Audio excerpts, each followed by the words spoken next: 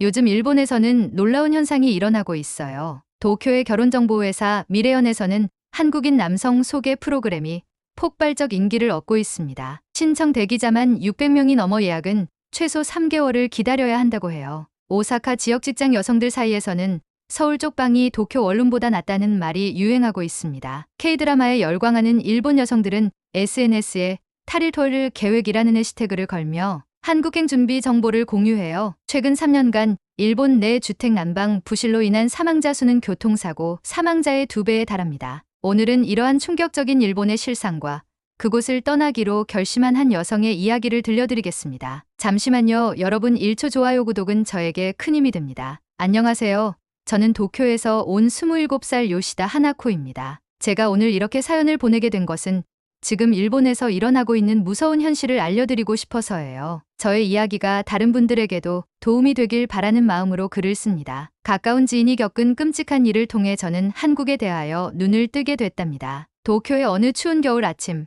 저의 아파트 창문은 두꺼운 서리로 뒤덮여 있었어요. 실내 온도계는 9도를 가리키고 있었습니다. 떨리는 손으로 핸드폰 알람을 끄고 오늘도 추위에 떨며 일어나야 하는 현실이 너무 고통스러웠어요. 난방을 켜고 싶지만 지난달 전기세가 38만 원이나 나와서 도저히 엄두가 나지 않았습니다. 일본의 전기세는 3년 사이 2배 이상 올랐는데 월급은 그대로였어요. 침대에서 일어나 세 겹의 옷을 겹쳐 입었습니다. 방 안에서도 하얀 입김이 나왔어요. 화장실로 가는 짧은 거리조차 너무 추워서 발을 동동 구르며 걸어갔습니다. 차가운 수돗물로 얼굴을 씻으면서 오늘도 버텨야 한다고 다짐했어요. 출근길, 지하철에서 우연히 친구 미카와 마주쳤습니다. 미카의 얼굴은 평소보다 창백해 보였어요. 어제 결혼정보회사에 등록했다며 한국 남자를 소개받고 싶다고 말했어요. 요즘 일본 여성들 사이에서는 한국 남성과의 결혼이 인기라고 했습니다. 한국에서는 난방비 걱정 없이 따뜻하게 살 수 있다는 이야기가 퍼졌거든요. 미카는 한국 드라마에서 본 온돌 난방 시스템이 부러워 견딜 수 없다고 말했어요. 회사에 도착했을 때 이상한 분위기를 감지했습니다. 동료들이 모여 작은 소리로 이야기를 나누고 있었어요. 지난주 우리 회사의 사토 부장님이 갑자기 출근하지 않으셨습니다. 경찰이 집에 들어가 보니 목소리가 떨려왔어요. 부장님은 집에서 돌아가신 채 발견되었습니다. 난방비를 아끼다 저체온증으로 사망하신 거예요. 일본에서는 매년 이런 일이 2만 명 이상 발생한다는 사실에 모두가 충격에 빠졌습니다. 사무실은 겨우 실육시로 유지되고 있었어요. 회사도 에너지 절약 정책으로 난방을 최소화하고 있거든요. 저와 동료들은 전기장판도 사용할 수 없어서 두꺼운 무릎 담요를 무릎에 덮고 일했습니다. 작년에는 한 선배가 화장실에 갔다가 온도차로 인해 쓰러져서 구급차에 실려갔어요. 점심시간 회사 근처 카페에 들어갔습니다. 이곳도 난방이 제대로 안 되어 손님들은 모두 코트를 입은 채로 앉아 있었어요. 옆 테이블에서는 젊은 여성 둘이 한국 취업에 대해 이야기하고 있었습니다. 한 명이 말했어요. 도쿄에서 월세 내며 사는 것보다 한국 시골에서 사는 게 훨씬 낫대. 난방도 잘 되고 집값도 싸고 병원비도 적게 든대. 다른 한 명이 웃으며 대답했어요. 나도 한국어 학원에 등록했어. 여기서는 미래가 보이지 않아. 커피를 마시며 창밖을 바라봤습니다. 도쿄의 거리는 여전히 화려해 보이지만 그 아래에는 절망이 깔려 있었어요. 어쩌면 나도 이곳을 떠나야 할지 모른다는 생각이 머릿속에 스쳐 지나갔습니다. 저녁, 차가운 집으로 돌아와 오늘도 두꺼운 이불 3개를 겹쳐 덮고 잠자리에 들었습니다. 내일은 또 어떤 충격적인 소식이 날 기다리고 있을까? 불안한 마음으로 잠이 들었어요. 퇴근 후 집에 돌아온 저는 우편함에서 청구서들을 꺼냈습니다. 책상 위에 청구서들을 펼쳐보니 한숨이 절로 나왔어요. 월급 240만 원 중 월세가 130만 원, 관리비 20만 원, 공과금 40만 원. 남는 것이 거의 없었습니다. 일본의 경제는 계속 침체되어 있는데 물가만 끝없이 오르고 있어요. 마지막 인상된 월급 명세서를 꺼내봤습니다. 3년 전이었어요. 그 사이 모든 것의 가격은 2배 이상 올랐는데 말이죠. 냉장고를 열어보니 반쪽짜리 양배추와 유통기한이 지난 두부 한 모가 전부였습니다. 저녁은 또 편의점에서 해결해야 했어요. 아침 식사를 위해 근처 편의점에 들렀습니다. 일본 편의점은 난방을 최소화해서 춥기로 유명한데 여기는 안이 따뜻했어요. 그리고 도시락 가격에 또 놀랐습니다. 일본에서는 8,000원 정도인데 여기서는 4,500원이었고 양도 훨씬 많았어요. 간단한 샌드위치와 우유를 샀는데 3,500원이었습니다. 일본에서는 최소 6,000원은 줘야 하는 금액이었어요. 계산대 직원이 친절하게 물었습니다. 데워 드릴까요? 일본에서는 전자레인지 사용에 100엔을 내야 하는데 여기서는 무료였어요. 아침을 먹고 난 후 갑자기 목이 아프고 열이 나기 시작했습니다. 아마도 환경 변화와 긴장 때문인 것 같았어요. 근처 내과를 찾아갔습니다. 병원 입구에서부터 놀라움의 연속이었어요. 일본에서는 병원에 가려면 예약을 하고 몇 시간씩 기다려야 하는데 이곳은 그냥 방문해도 30분 안에 진료를 볼 수 있었습니다. 간호사가 친절하게 물었어요. 보험 있으세요? 아직 한국 의료보험이 없다고 말씀드렸습니다. 그럼 외국인 가격으로 계산해 드릴게요. 걱정 마세요.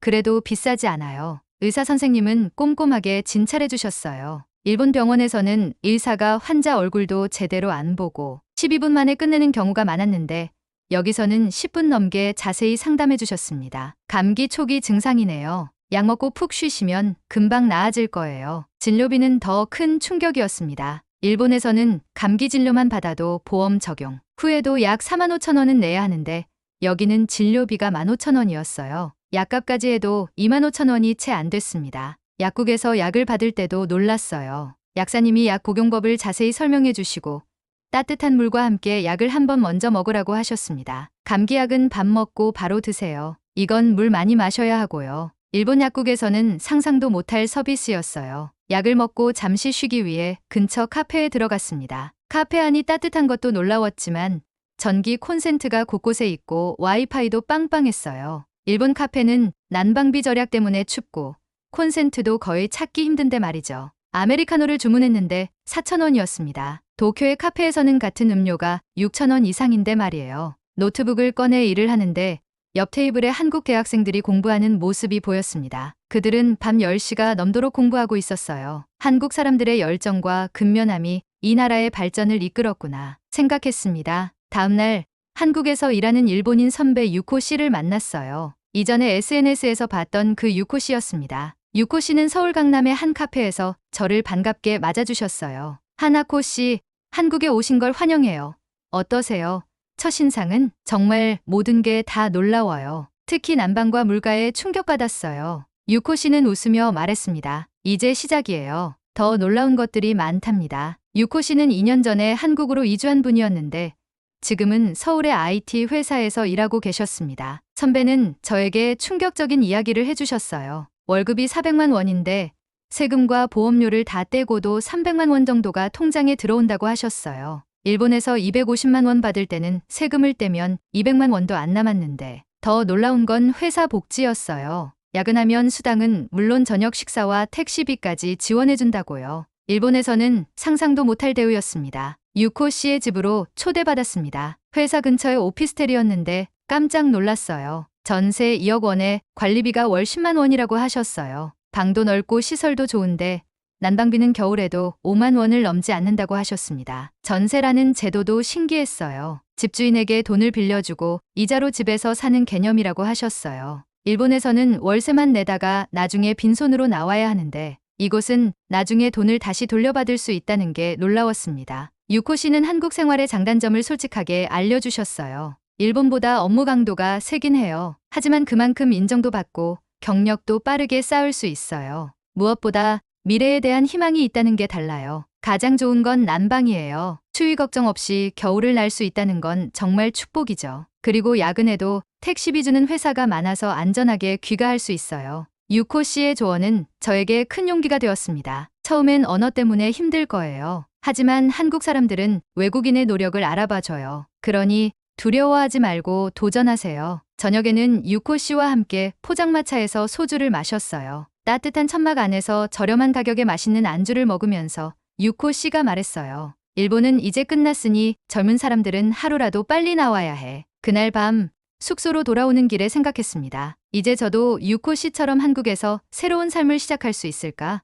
아직 모든 게 낯설지만 하루하루 더 나아지고 있는 것 같아요. 한국에서의 생활이 3개월째 접어들었습니다. 유코 씨의 소개로 저는 한국의 디자인 회사에 취업할 수 있었어요. 일본 시장 담당자로 일하게 되었는데 기대 이상으로 잘 적응하고 있었습니다. 어느 날 회사에서 깜짝 소식을 전해주셨어요. 하나코 씨, 일본 시장 프로젝트가 성공적이어서 특별 성과급을 드리기로 했습니다. 팀장님이 미소 지으며 말씀하셨어요. 봉투를 열어보니 100만 원이 들어있었습니다. 일본에서는 상상도 못할 금액이었어요. 3개월 차 직원에게 이런 보너스를. 놀라움을 감추지 못했습니다. 그날 저녁 울면서 부모님께 전화를 걸었어요. 어머니, 아버지, 이번에 받은 성과급으로 항공권을 보내드리고 싶어요. 한국에 와 보시면 좋겠어요. 잠시 침묵이 흐르더니 아버지가 떨리는 목소리로 대답하셨습니다.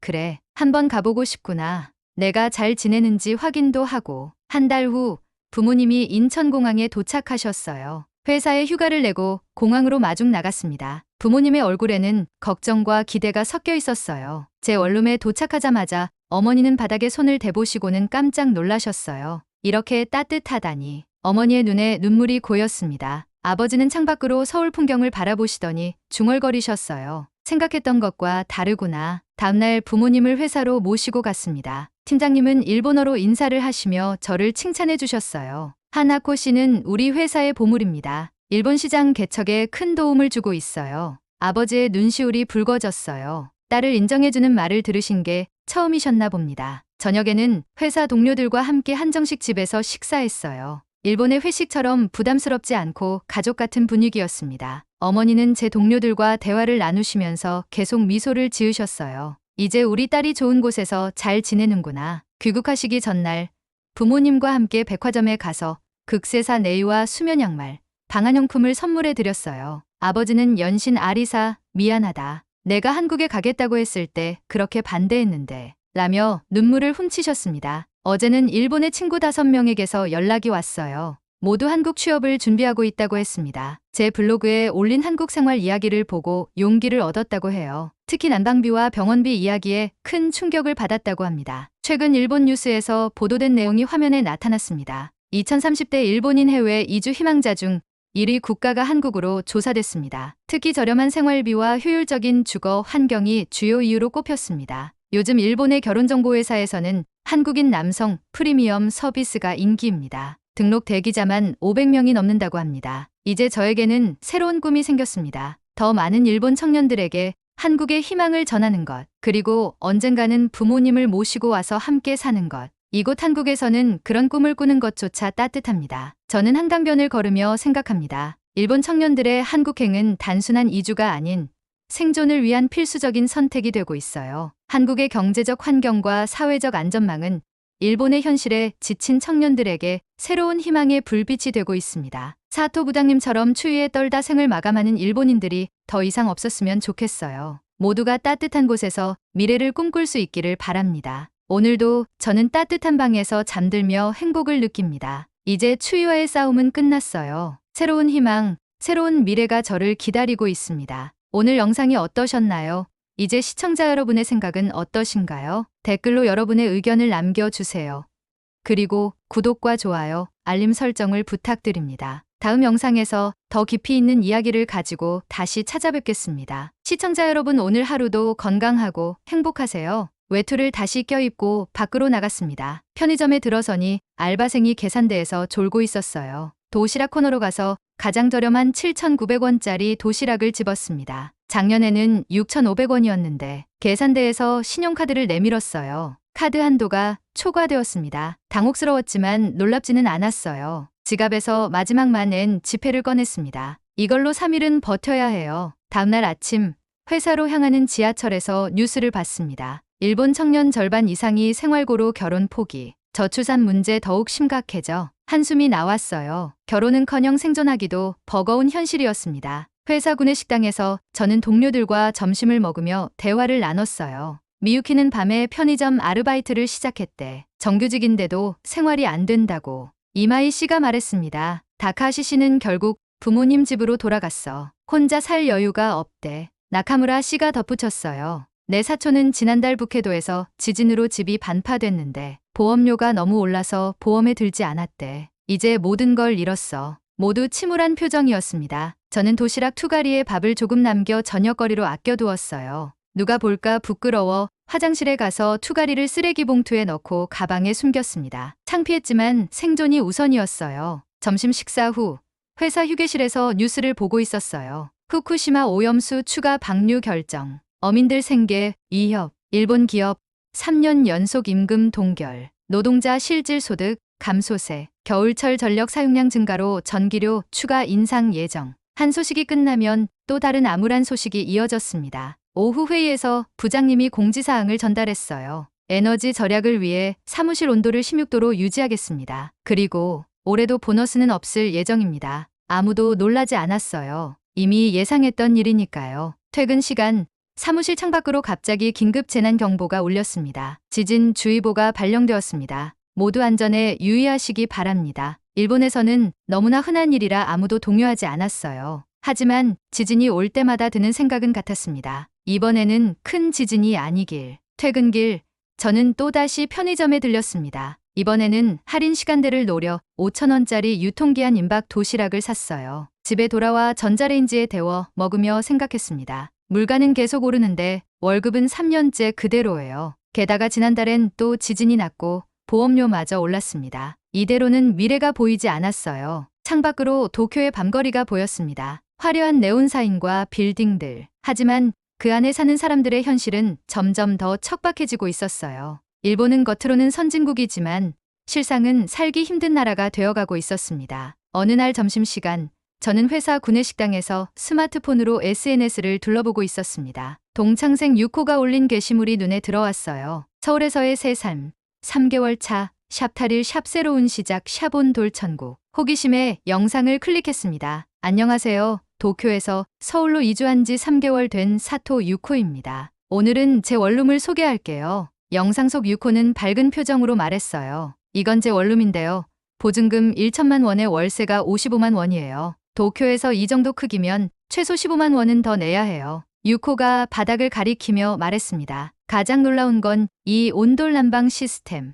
바닥에서 열이 올라와서 집 전체가 따뜻해요. 난방비는 겨울에도 5만 원을 넘지 않아요. 도쿄에서는 상상도 못할 일이죠. 영상은 계속되었습니다. 여기 월급 명세서도 보여드릴게요. 350만 원인데 야근하면 수당이 따로 나와요. 주말 출근하면 휴일 수당도 제대로 받고요. 일본에서는 서비스 잔업이 당연했는데 6호가 병원 영수증을 보여주었어요. 지난주 감기로 병원에 갔는데 진료비가 15,000원이었어요. 일본이었다면 최소 45,000원은 냈을 거예요. 약값도 훨씬 저렴하고요. 영상이 끝나고 댓글을 읽어보았습니다. 나도 한국 취업 준비 중이야. 어떻게 시작했어? 서울에서 일본어 강사 자리 많아? 나도 가고 싶어. 오사카에서는 집 난방도 안 되는데. 부럽다 유유. 저도 모르게 우와 라는 탄성이 나왔어요. 이런 삶이 정말 가능할까요? 같은 테이블에 앉아있던 선배 요시다 씨가 물었습니다. 뭘 그렇게 재밌게 보고 있어? 저는 영상을 보여주었고 요시다 씨도 관심을 보였어요. 요즘 이런 영상 많이 돌아다녀. 내 조카도 한국 대학 입학 준비 중이래. 점심시간이 끝나고 오후 회의를 기다리며 휴게실에 앉아 있었습니다. 옆 테이블에서 마케팅팀 직원들의 대화가 들려왔어요. 야, 들었어? 모리 과장님 딸이 한국 남자랑 결혼한대. 정말? 요즘 결혼정보회사에서 한국인 남성 소개 서비스가 인기라던데. 대기자만 500명이 넘는다고 하더라. 내 여동생도 등록했어. 한국 남자들은 집안일도 잘 도와주고 무엇보다 집에 난방이 잘 된대. 그것만으로도 충분하다고. 도쿄보다 한국 시골에서 사는 게 낫다는 말이 유행어가 됐다던데. 귀를 쫑긋 세우고 더 듣고 싶었지만 회의 시간이 다가와 자리를 떠야 했습니다. 그날 저녁 추운 집에 돌아와 이불 속에 들어가 한국에 대해 더 찾아보기 시작했어요. 유튜브에서 일본인의 한국 생활을 검색하자 수십 개의 영상이 나왔습니다. 서울의 하루 생활비, 한국의 의료 시스템, 일본인이 경험한 한국 직장 문화. 시간 가는 줄 모르고 영상들을 보다가 깜짝 놀랐어요. 새벽 2시가 넘었습니다. 하지만 멈출 수 없었어요. 다음으로 한국 취업 사이트를 검색했습니다. 일본어 가능자 우대, 일본 시장 담당자 모집, 외국인 기숙사 제공. 생각보다 많은 일자리가 있었어요. 특히 눈에 띈 것은 연봉이었습니다. 한국의 일반 회사들도 저희 회사보다 높은 연봉을 제시하고 있었어요. 게다가 대부분 주택 지원이나 식대 지원 같은 복리후생도 있었습니다. 갑자기 가슴이 뛰기 시작했어요. 이것이 내 미래를 바꿀 기회일까? 한국에서라면 정말 더 나은 삶을 살 수 있을까? 스마트폰을 내려놓고 천장을 바라보았습니다. 머릿속은 이미 서울의 거리를 상상하고 있었어요. 따뜻한 아파트, 적절한 월급, 그리고 무엇보다 미래에 대한 희망. 저는 결심했습니다. 더 자세히 알아봐야겠다고. 그리고 혹시라도 가능하다면 정말 한국으로 가보고 싶다고. 그날 밤 오랜만에 설레는 마음으로 잠이 들었어요. 이틀 뒤 퇴근 후 도쿄 시내의 한국어 학원을 찾아갔습니다. 수강료 안내문을 보고 잠시 망설였어요. 월 12만 원, 월급의 반을 학원비로 내야 했습니다. 하지만 저는 결심했어요. 제 미래를 위한 투자라고 생각하겠습니다. 상담실에서 등록 서류를 작성하며 말했습니다. 한국어 배우려는 이유가 뭔가요? 상담 선생님이 물으셨어요. 한국으로 취업하고 싶어서요. 더 나은 삶을 위해 솔직하게 대답했습니다. 선생님이 미소 지으며 말했어요. 요즘 그런 분들이 정말 많아요. 벌써 이번 달에만 50명이 넘게 등록하셨어요. 집에 돌아와 가족들에게 한국어 공부를 시작한다고 말했습니다. 아버지의 반응은 예상대로였어요. 한국, 미쳤니? 그 나라가 뭐가 좋다고. 아버지는 젓가락을 식탁에 내려치며 화를 냈습니다. 우리 조상들이 그렇게 발전시킨 기술을 다 빼앗아간 나라야. 한국 문화, 그게 다 어디서 나온 거라고 생각하니? 아버지의 얼굴이 붉게 달아올랐어요. 하나코, 너는 내 딸이야. 가문의 수치를 안겨주지 마. 한국은 위험한 나라야. 북한이랑 전쟁 중인 나라라고. 아버지의 목소리가 점점 커졌습니다. 어머니는 고개를 숙인 채 말없이 식사만 하셨어요. 나중에 어머니가 살짝 제 방을 찾아오셔서 속삭이셨습니다. 내가 행복하다면 그냥 아버지께는 말하지 마렴. 다음날 회사에서 동료들에게 한국어 공부를 시작했다고 말했을 때도 반응은 비슷했어요. 하나코, 정신 차려. 한국은 불쌍한 나라야. 거기 가면 돈 벌기는커녕 더 고생할 거야. 사토 씨가 비웃듯 말했습니다. 내 사촌이 한국 여행 갔다가 음식도 못 먹고 돌아왔대. 전부 맵고 이상한 냄새 난대. 미야자키 씨가 고개를 절레절레 흔들었어요. 팀장님은 더 심했습니다. 한국인들은 일본인을 보면 욕하고 차별한대. 위험해. 거기 가면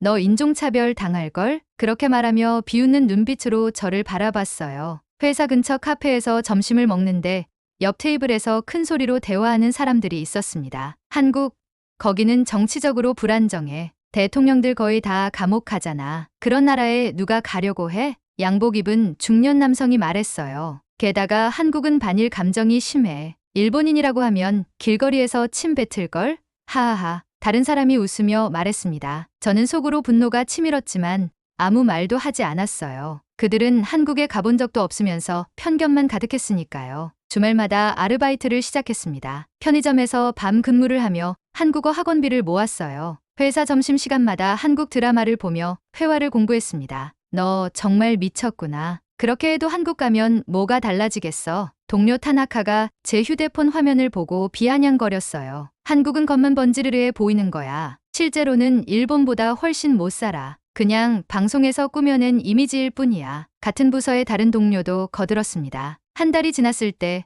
회사에서 연말 인사이동 발표가 있었어요. 그런데 저만 지방지사로 발령이 났습니다. 팀장님이 작은 목소리로 말했어요. 내가 한국어 공부한다는 소문이 윗선에 들어갔어. 회사를 배신할 생각이라고 생각하나 봐. 그날 저녁 결심했습니다. 더 이상 참고 견딜 필요가 없다고. 다음날 아침 회사에 사직서를 제출했어요. 상사가 기막힌 표정으로 울었습니다. 한국, 거기서 뭘 할 수 있다고 생각하나? 곧 후회할 텐데. 제 눈빛은 단호했어요. 후회는 이곳에 머무르는 것이에요. 아버지는 제가 회사를 그만뒀다는 소식을 듣고 격분하셨습니다. 이 배은망덕한 것.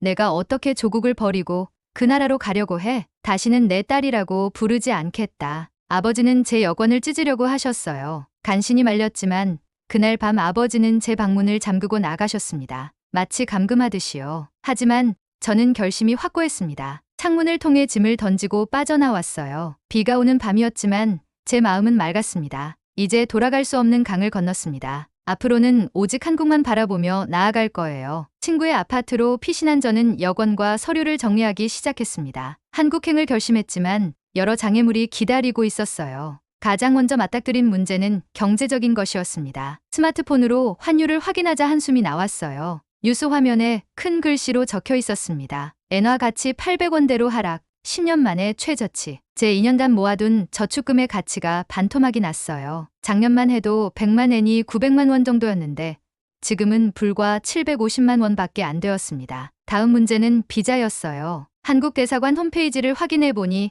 규정이 바뀌어 있었습니다. 일본 청년들의 대량 이탈을 막기 위해 정부가 해외 취업 비자 발급을 까다롭게 만들었어요. 이전에는 일주일이면 나오던 비자가 이제는 심사에만 한 달이 걸린다고 했습니다. 친구 미카는 더 충격적인 소식을 들려주었어요. 요즘 정부가 일본 청년 해외 유출 방지법을 추진 중이래. 앞으로는 35세 이하 청년들의 해외 취업에 특별 심사가 필요하대. 다음날 저는 은행에 갔습니다. 한국으로 송금하고 싶은데요. 창구 직원은 주변을 살피더니 작은 소리로 말했어요. 큰일 날 뻔했네요. 내일부터 해외 송금 제한 조치가 시행된대요. 금액도 제한되고 심사도 강화된다고 합니다. 지금이 마지막 기회예요. 그날 밤 예상치 못한 방문객이 찾아왔습니다. 할머니였어요. 할머니는 문 앞에서 주변을 살피시더니 슬그머니 들어오셨습니다. 하나코, 너 정말 한국 가려고? 제가 고개를 끄덕이자 할머니는 봉투를 건네셨어요. 이건 할미가 평생 모은 거야. 500만 엔이야. 새 삶을 시작하렴. 놀라서 말문이 막혔어요. 할머니, 이렇게 많은 돈을. 할머니가 눈물을 삼키며 말씀하셨습니다. 일본은 이제 늙은이들의 나라가 되었어. 너처럼 젊은 사람들은 더 나은 곳으로 가야 해. 우리 세대가 망친 나라에서 너희까지 고생할 필요 없어. 드디어 비행기에 오른 저는 창밖으로 일본의 하늘을 마지막으로 바라봤습니다. 이제는 돌아갈 수 없는 선택을 했어요. 두렵기도 했지만 가슴 한편에는 설렘이 가득했습니다. 인천공항에 내리자마자 첫 번째 놀라움이 저를 기다리고 있었어요. 공항에 들어서는 순간부터 충격의 연속이었어요. 일본의 공항은 에너지 절약 정책으로 난방이 제한적인데 인천공항은 전체가 따뜻했습니다. 입국 심사장으로 향하는 길에 은색 로봇이 저에게 다가왔어요. 안녕하세요. 무엇을 도와드릴까요? 로봇이 자연스러운 일본어로 말을 걸었습니다. 안내 로봇이 일본어, 한국어, 영어, 중국어로 자연스럽게 대화하는 모습에 놀랐어요. 일본의 공항에서는 볼 수 없는 광경이었죠. 입국 심사도 놀라웠습니다. 일본 공항에서는 외국인 입국이 항상 긴 줄을 서야 하는데 여기는 자동화된 시스템으로 5분 만에 통과했어요. 미소 짓는 직원들도 인상적이었습니다. 공항철도를 타고 서울로 향했어요. 열차 안이 따뜻한 것도 놀라웠지만 더 충격적인 건 와이파이였어요. 지하철 안에서도 데이터가 끊기지 않고 빵빵하게 터졌습니다. 일본에서는 상상도 못할 일이죠. 기차 안에서 옆자리 한국 대학생이 저에게 말을 걸었어요. 일본에서 오셨어요? 한국은 처음이세요? 친절한 대화가 이어졌습니다. 동경에서 온 일본인이라고 하자 오사카 좋아해요 라고 웃으며 말하더군요. 일본에서 들었던 것과 달리 반일 감정은 전혀 느껴지지 않았어요. 서울역에서 지하철로 갈아탔습니다. 역사 전체가 따뜻했어요. 화장실도 깨끗하고 현대적이었습니다. 일본의 낡은 시설과는 비교도 안 됐어요. 지하철 안에서 노약자에게 자리를 양보하는 청년들을 보며 감동했습니다. 사람들이 휴대폰만 보는 건 일본과 비슷했지만 임산부나 노인이 타면 즉시 자리를 양보하는 문화가 인상적이었어요. 작은 원룸에 도착했을 때 가장 큰 충격이 저를 기다리고 있었습니다. 바닥에서 올라오는 열기에 맨발로 한참을 서 있었어요. 온돌이라는 난방 시스템이 정말 신기했습니다. 일본 아파트처럼 에어컨 한 대로 불균형하게 데우는 게 아니라 집 전체가 균일하게 따뜻했어요. 집주인 아주머니가 방 사용법을 친절하게 설명해 주셨습니다. 여기 보일러 조절하는 법이에요. 추우면 더 올리세요.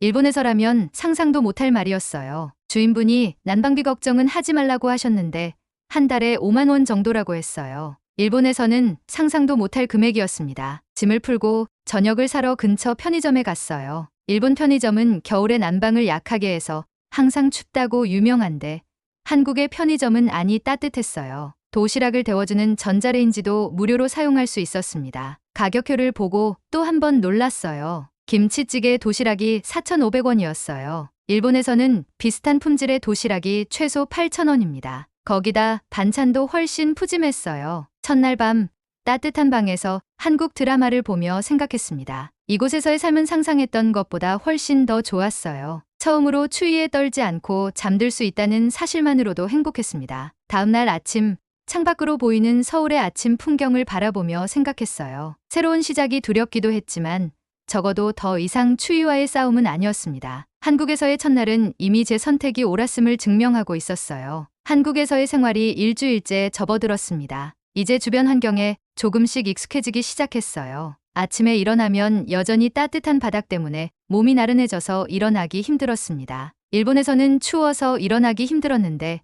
여기서는 너무 따뜻해서 일어나기 힘들다니. 아침 식사를 위해 근처 편의점에 들렀습니다. 일본 편의점은 난방을 최소화해서 춥기로 유명한데 여기는 안이 따뜻했어요. 그리고 도시락 가격에 또 놀랐습니다. 일본에서는 8,000원 정도인데 여기서는 4,500원이었고 양도 훨씬 많았어요. 간단한 샌드위치와 우유를 샀는데 3,500원이었습니다. 일본에서는 최소 6,000원은 줘야 하는 금액이었어요. 계산대 직원이 친절하게 물었습니다. 데워 드릴까요? 일본에서는 전자레인지 사용에 100엔을 내야 하는데 여기서는 무료였어요. 아침을 먹고 난 후 갑자기 목이 아프고 열이 나기 시작했습니다. 아마도 환경 변화와 긴장 때문인 것 같았어요. 근처 내과를 찾아갔습니다. 병원 입구에서부터 놀라움의 연속이었어요. 일본에서는 병원에 가려면 예약을 하고 몇 시간씩 기다려야 하는데 이곳은 그냥 방문해도 30분 안에 진료를 볼 수 있었습니다. 간호사가 친절하게 물었어요. 보험 있으세요? 아직 한국 의료보험이 없다고 말씀드렸습니다. 그럼 외국인 가격으로 계산해 드릴게요. 걱정 마세요. 그래도 비싸지 않아요. 의사 선생님은 꼼꼼하게 진찰해 주셨어요. 일본 병원에서는 의사가 환자 얼굴도 제대로 안 보고 12분 만에 끝내는 경우가 많았는데 여기서는 10분 넘게 자세히 상담해 주셨습니다. 감기 초기 증상이네요. 약 먹고 푹 쉬시면 금방 나아질 거예요. 진료비는 더 큰 충격이었습니다. 일본에서는 감기 진료만 받아도 보험 적용 후에도 약 45,000원은 내야 하는데 여기는 진료비가 15,000원이었어요. 약값까지 해도 25,000원이 채 안 됐습니다. 약국에서 약을 받을 때도 놀랐어요. 약사님이 약 복용법을 자세히 설명해 주시고 따뜻한 물과 함께 약을 한번 먼저 먹으라고 하셨습니다. 감기약은 밥 먹고 바로 드세요. 이건 물 많이 마셔야 하고요. 일본 약국에서는 상상도 못할 서비스였어요. 약을 먹고 잠시 쉬기 위해 근처 카페에 들어갔습니다. 카페 안이 따뜻한 것도 놀라웠지만 전기 콘센트가 곳곳에 있고 와이파이도 빵빵했어요. 일본 카페는 난방비 절약 때문에 춥고 콘센트도 거의 찾기 힘든데 말이죠. 아메리카노를 주문했는데 4,000원이었습니다. 도쿄의 카페에서는 같은 음료가 6,000원 이상인데 말이에요. 노트북을 꺼내 일을 하는데 옆 테이블에 한국 대학생들이 공부하는 모습이 보였습니다. 그들은 밤 10시가 넘도록 공부하고 있었어요. 한국 사람들의 열정과 근면함이 이 나라의 발전을 이끌었구나 생각했습니다. 다음날 한국에서 일하는 일본인 선배 유코 씨를 만났어요. 이전에 SNS에서 봤던 그 유코 씨였습니다. 유코 씨는 서울 강남의 한 카페에서 저를 반갑게 맞아주셨어요. 하나코 씨, 한국에 오신 걸 환영해요. 어떠세요?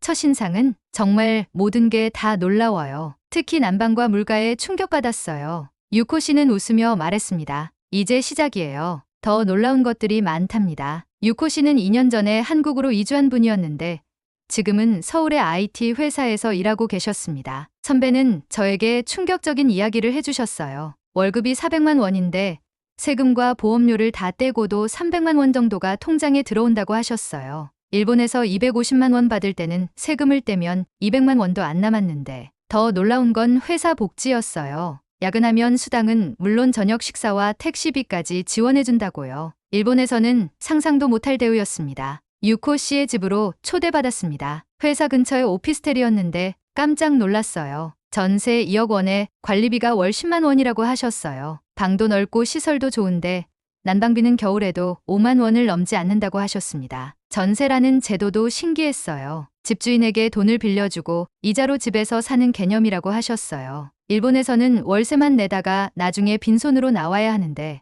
이곳은 나중에 돈을 다시 돌려받을 수 있다는 게 놀라웠습니다. 유코 씨는 한국 생활의 장단점을 솔직하게 알려주셨어요. 일본보다 업무 강도가 세긴 해요. 하지만 그만큼 인정도 받고 경력도 빠르게 쌓을 수 있어요. 무엇보다 미래에 대한 희망이 있다는 게 달라요. 가장 좋은 건 난방이에요. 추위 걱정 없이 겨울을 날 수 있다는 건 정말 축복이죠. 그리고 야근에도 택시비 주는 회사가 많아서 안전하게 귀가할 수 있어요. 유코 씨의 조언은 저에게 큰 용기가 되었습니다. 처음엔 언어 때문에 힘들 거예요. 하지만 한국 사람들은 외국인의 노력을 알아봐줘요. 그러니 두려워하지 말고 도전하세요. 저녁에는 유코 씨와 함께 포장마차에서 소주를 마셨어요. 따뜻한 천막 안에서 저렴한 가격에 맛있는 안주를 먹으면서 유코 씨가 말했어요. 일본은 이제 끝났으니 젊은 사람들은 하루라도 빨리 나와야 해. 그날 밤 숙소로 돌아오는 길에 생각했습니다. 이제 저도 유코 씨처럼 한국에서 새로운 삶을 시작할 수 있을까? 아직 모든 게 낯설지만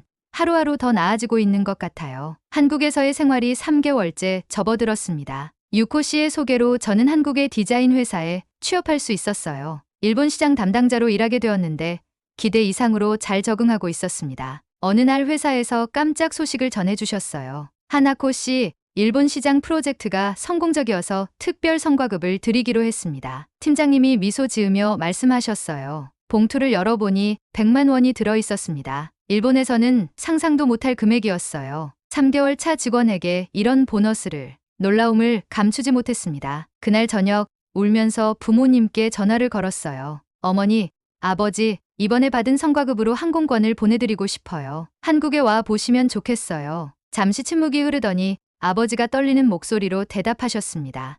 그래, 한번 가보고 싶구나. 내가 잘 지내는지 확인도 하고. 한 달 후 부모님이 인천공항에 도착하셨어요. 회사에 휴가를 내고 공항으로 마중 나갔습니다. 부모님의 얼굴에는 걱정과 기대가 섞여 있었어요. 제 원룸에 도착하자마자 어머니는 바닥에 손을 대보시고는 깜짝 놀라셨어요. 이렇게 따뜻하다니. 어머니의 눈에 눈물이 고였습니다. 아버지는 창밖으로 서울 풍경을 바라보시더니 중얼거리셨어요. 생각했던 것과 다르구나. 다음날 부모님을 회사로 모시고 갔습니다. 팀장님은 일본어로 인사를 하시며 저를 칭찬해 주셨어요. 하나코 씨는 우리 회사의 보물입니다. 일본 시장 개척에 큰 도움을 주고 있어요. 아버지의 눈시울이 붉어졌어요. 딸을 인정해주는 말을 들으신 게 처음이셨나 봅니다. 저녁에는 회사 동료들과 함께 한정식 집에서 식사했어요. 일본의 회식처럼 부담스럽지 않고 가족 같은 분위기였습니다. 어머니는 제 동료들과 대화를 나누시면서 계속 미소를 지으셨어요. 이제 우리 딸이 좋은 곳에서 잘 지내는구나. 귀국하시기 전날 부모님과 함께 백화점에 가서 극세사 네이와 수면 양말, 방한용품을 선물해 드렸어요. 아버지는 연신 아리사, 미안하다. 내가 한국에 가겠다고 했을 때 그렇게 반대했는데 라며 눈물을 훔치셨습니다. 어제는 일본의 친구 5명에게서 연락이 왔어요. 모두 한국 취업을 준비하고 있다고 했습니다. 제 블로그에 올린 한국 생활 이야기를 보고 용기를 얻었다고 해요. 특히 난방비와 병원비 이야기에 큰 충격을 받았다고 합니다. 최근 일본 뉴스에서 보도된 내용이 화면에 나타났습니다. 2030대 일본인 해외 이주 희망자 중 1위 국가가 한국으로 조사됐습니다. 특히 저렴한 생활비와 효율적인 주거 환경이 주요 이유로 꼽혔습니다. 요즘 일본의 결혼정보회사에서는 한국인 남성 프리미엄 서비스가 인기입니다. 등록 대기자만 500명이 넘는다고 합니다. 이제 저에게는 새로운 꿈이 생겼습니다. 더 많은 일본 청년들에게 한국의 희망을 전하는 것, 그리고 언젠가는 부모님을 모시고 와서 함께 사는 것. 이곳 한국에서는 그런 꿈을 꾸는 것조차 따뜻합니다. 저는 한강변을 걸으며 생각합니다. 일본 청년들의 한국행은 단순한 이주가 아닌